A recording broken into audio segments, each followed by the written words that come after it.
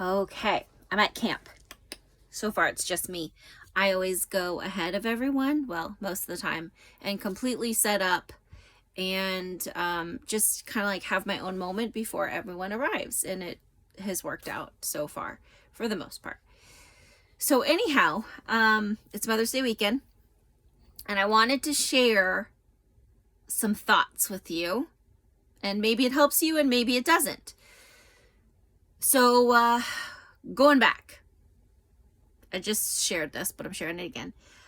When I was a kid, I was sexually abused, and that lasted for a couple of years, from 6th to 8th grade. I never talked about it until I had my own children. It was like this second life. It was as though I was living two lives, and I was just surviving and thriving, even in some ways, at school and doing pretty well. But I didn't talk about that, and nobody asked, really. They didn't really have a reason to, so I didn't talk about it. And but that created in me a desire from a very young age to, I knew if I had kids one day that I wanted to stay home with them. I wanted to be able to protect them and keep them safe. I wanted them to have my personality, not the babysitter's personality or whatever, right? So those were two really big things that I knew as a teenager. Going forward, my husband and I, we got married very young. We were 19. We went into the military. I became an ICU nurse. I was trained as a surgical ICU nurse, and I did that, and I loved it. And then, years later, it came time where we were ready to start a family. So all the things lined up where I was able to get out of the military, and I became a stay-at-home parent. A lot of things changed at that time. So this was not easy. There's a whole lot there. That's a whole story for another day. But here we are, fast forward. My kids are 19 and 15, and I've been a stay-at-home mom. That's been like my main role all this time. Obviously, you all know I'm a grief recovery method specialist. I teach emotional recovery, a very effective evidence-based program I use called the Grief Recovery Method for emotional recovery. I use it all the time. That's the only way I've survived this job. Okay, so all of our years married, 26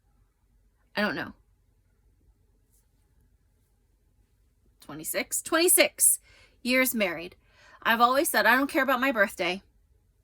I don't care, whatever. I'm here. I'm alive every day. What I do care about is Mother's Day. And it's important to me, and so we're always going to acknowledge Mother's Day. And I've said this out loud all of my years. Even though I wasn't emotionally honest all the time, I definitely said that one.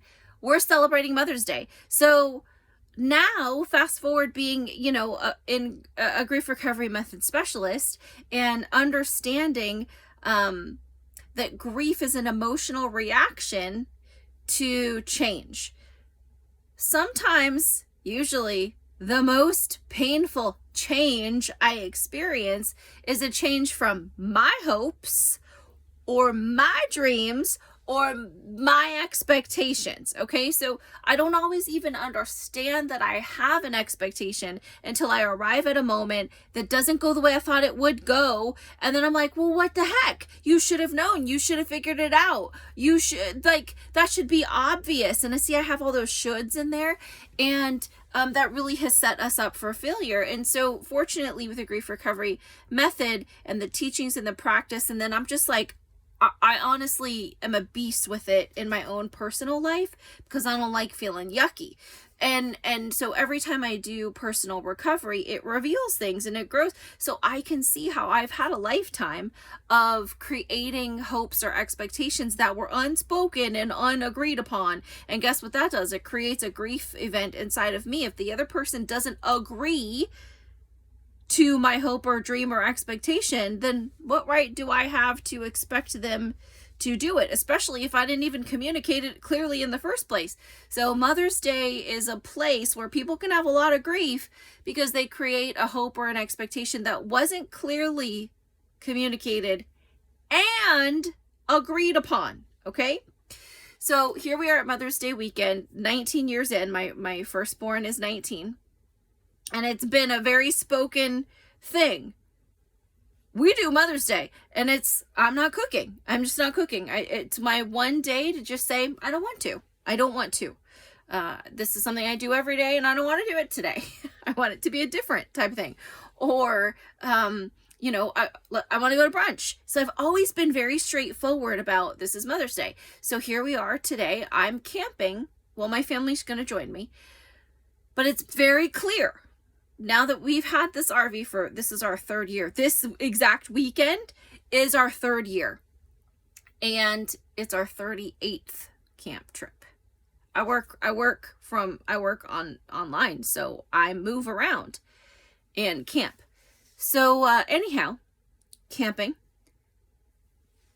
Mother's Day weekend, that's what I want to do. So I get online. 6 months ago, I got online. And I found where I wanted to go. And I booked it. This is what I want to do. Oh, you might be working. Oh, my child might be working. Oh, this one might have school. I'll get a babysitter. Not an actual babysitter. It'd be a family member. It'd be well covered, and I'd feel totally safe with it. But that's what I'm going to do. I'm going to go camping. It just so happens that they can all come. They can all meet me. But I was telling my husband a couple weeks ago, if it's too hard, if it's inconvenient, you guys just stay home. It's okay. It's not that big a deal. It's what I want to do. And so I'm going to go, and you guys can figure it out. And I share this because there can be so many hurt feelings out there because we want the acknowledgement. We want the love. We want something, but we're not clear that we want it. And we almost use it as a test. Well, are they going to do it? Are they going to show up the way I wish they would, the way I hope they would? And if they do, it's not good enough sometimes. And if they don't, see, I knew it, see, you don't love me. It's not a big deal. You don't have any value for me. And it creates a whole thing. It creates new grief. Grief is your emotional reaction to change from familiar patterns. And sometimes we don't know that we've built a pattern in our head, or an idea in our head, or a dream in our head, or a hope in our head, or an expectation, like I said, until we arrive at the moment and it doesn't happen the way we thought it would. And then we go into our mind and decide that it means they don't love us, they don't care, that we're not important, that we're not appreciated, that we're not valued, that we're not loved. And what if none of those things are true? What if it's something inside of you and people can't see your thoughts and your ideas and the wonders going on inside of your head? So what if they love you dearly? They just didn't know that's the way you wanted them to show it, and the time frame for which you wanted them to show it. What if they just didn't know? And you can cling to the right idea of, well, they should have known. They should have figured it out. We're 19 years in by now. I do not gamble with this one. I don't gamble. 6 months ago, it's on my calendar. Like, it's written. It's on the digital. It's on the reminders with a time date stamp. I'm going camping on this time. And if it works, great for you. It will work for me. Maybe I'll adjust the place so it could be a little closer to help you out. But I'm going. And that's new. Like I said, that's within the last 3 years. Before that, it was, I want a brunch and I want to go here for brunch. Could you cook this? I love that recipe that you make. Can you make that? You know what? I'm not cooking. I don't actually care what you guys, there's sandwich meat. You know that I work hard all week long, and there's plenty of food in there. Y'all can figure it out. I pre-made 92 things that you can eat. You see, I've worked hard to create a pause for myself on this particular day, and I've worked hard to be very vocal. And so I can go into the, well, I should be with this person, and I should do that, and I should do that. And so what I do is I communicate ahead of time. I won't be around on this time, but I love you and you're important to me. Can we do something at this time? See, communication, contemplation, it helps. So I see myself and I serve myself by knowing that I need a pause. I need a pause. And if this is the excuse that I get to use, then I do it. Also, though, I love people. And I want them to know that I love them. So I communicate ahead of time. Set up ideas. I'm very connected with the calendar and using my time in a way that feels productive and feels as though I am making time for the things that are important to me and for the people that are important to me. And I'm on the list. I guess I wonder, do you put your own self on the list? In addition to meeting all the needs and expectations placed upon you, which I don't really do that. I don't meet the expectations placed upon me. I choose which expectations that I'm going to work to fulfill. I go ahead and plan and think and contemplate and communicate and organize. And I just wonder how much grief you bring upon yourself for creating expectations that aren't, number one, that for one, you didn't realize, for two, you didn't communicate or express, and for three, they weren't agreed upon. And maybe they were agreed upon for that year, but did you take it to mean it was going to be something like that every year? But did you actually agree on that? You see how grief works? It's real tricky, and it can get in there and wreak some havoc, and really nobody intended for that to happen. So own what's yours. Give them a little space for not being able to read your mind and read your hopes, and just know. And if you're shoulding yourself, you should stop that. It's not helpful. It's not helpful for you, and it's not helpful for the people that you're placing your shoulds upon.